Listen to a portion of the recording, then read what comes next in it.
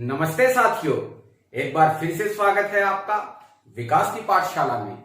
आज हम पढ़ेंगे जो हिंदी साहित्य का इतिहास है उसका नामकरण और उसका काल विभाजन।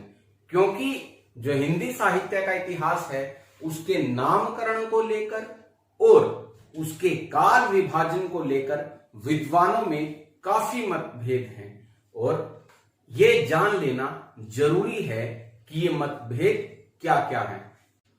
सबसे पहले सर्वाधिक प्रचलित नामकरण व काल विभाजन।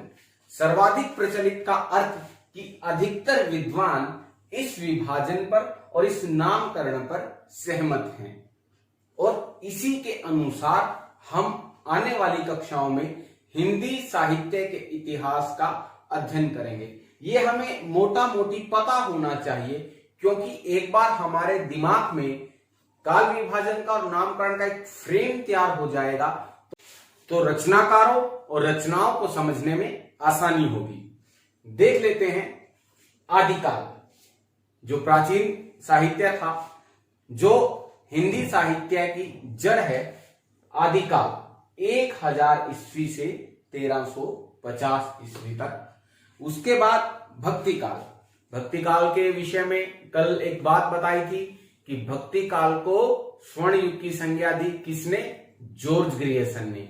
याद रखें, भक्ति काल 1350 से 1650 ईस्वी और उसके बाद रीतिकाल। रीतिकाल 1650 से 1850 ईस्वी और आधुनिक काल 1850 से अब तक। अब बात करेंगे आदिकाल के नामकरण की। आदिकाल के नामकरण में सबसे अधिक मतभेद हैं। मतभेद यानी कि अलग अलग विद्वान इसे अलग अलग नामों से पुकारते हैं। जैसे सामने लिखा हुआ है आचार्य रामचंद्र शुक्ल। कल हमने इनके बारे में चर्चा की थी। ये आदिकाल को वीर गाथा काल कहते हैं। ये याद रखें आप। और एक और बात मैं बता दूं, जो ये आपके सामने पॉइंट्स लिखे हैं, इनमें से हर परीक्षा में, चाहे वो यूजीसी नेट हो, चाहे वो सीटेट हो या एचटेट हो, हिंदी के अंतर्गत प्रश्न पूछा ही पूछा जाता है। हजारी प्रसाद द्विवेदी आदिकाल। हजारी प्रसाद द्विवेदी पुकारते हैं आदिकाल के नाम से। राम कुमार वर्मा। राम कुमार वर्मा कहते हैं इसे चारण काल। महावीर प्रसाद द्विवेदी। महावीर प्रसाद द्विवेदी आधुनिक काल में खड़ी बोली को स्थापित करने वाले महान हस्ताक्षर बीजवपन काल कहते हैं। राहुल सांकृत्यायन। राहुल सांकृत्यायन सिद्ध सामंत युग इस काल को कहते हैं। और दो अन्य नाम दिए गए हैं। मिश्र बंधु। मिश्र बंधु कहते हैं आरंभिक काल। क्या कहते हैं? आरंभिक काल। और गणपति चंद्रगुप्त कहते हैं प्रारंभिक काल। तो आप इन्हें जरूर याद कर लें, इनमें से प्रश्न पूछा जाता है। अब बात करेंगे रीतिकाल और आधुनिक काल के नामकरण संबंधी। रीतिकाल के नामकरण संबंधी जो मतभेद हैं उनकी बात करते हैं। मिश्र बंधु। मिश्र बंधु रीतिकाल को कहते हैं अलंकृत काल। क्या कहते हैं? अलंकृत काल। और विश्वनाथ प्रसाद रीतिकाल को कहते हैं श्रृंगार काल। और आचार्य रामचंद्र शुक्ल ने नाम दिया रीतिकाल और यही नाम अब प्रचलन में है।